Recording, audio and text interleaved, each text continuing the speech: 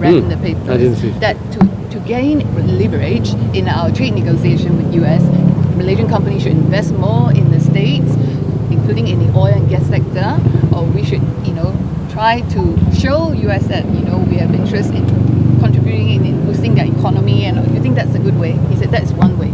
There are many ways.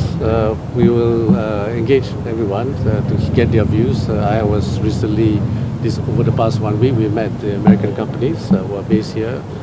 They are multinationals as well, and they are also based in other ASEAN countries through their chambers. We also are in discussion with all the companies that also are exporting and importing to US, because US continues to be one of our key trade and investment partners. In fact, US is our largest export market, right? US number 1 and China number 2. But in terms of trade, of course, China is the largest trading partner. And at the same time, we are seeing what are the areas where we can continue to improve on, where it will benefit both Malaysia and US. And of course, this is important because we want to ensure that the spillover to Malaysia and similarly to US, where they are looking at their interests, we are also looking at our interests to ensure that we can continue to improve our trade and investment figures to support the growth in GDP. But you think Malaysian companies should go there? I think Malaysian companies, we don't stop them to go anywhere. If US is one destination where it's commercially viable for them to do so, I think Malaysia should facilitate. Maybe the government will have more than happy to facilitate. Oh, so in terms of building a supply chain, you were saying that hopefully one day, how far are we to, having our own ASEAN car, building your own resilience, a supply chain?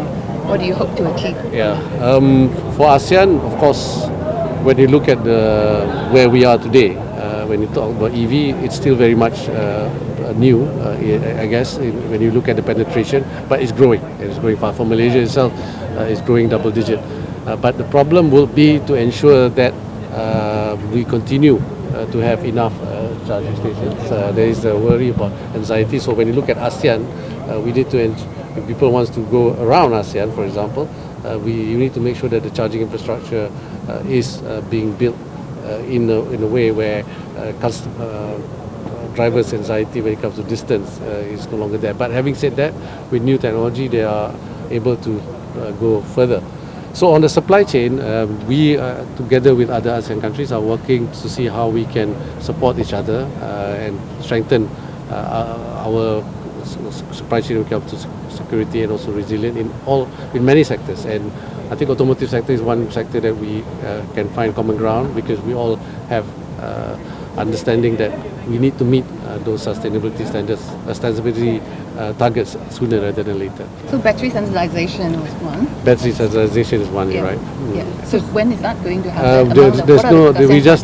We just started the discussion. In that discussion this year, during the PEDs, when we talk to the leaders, we will all come to agreement on the timeline. We now, together with the senior official, discussing the details.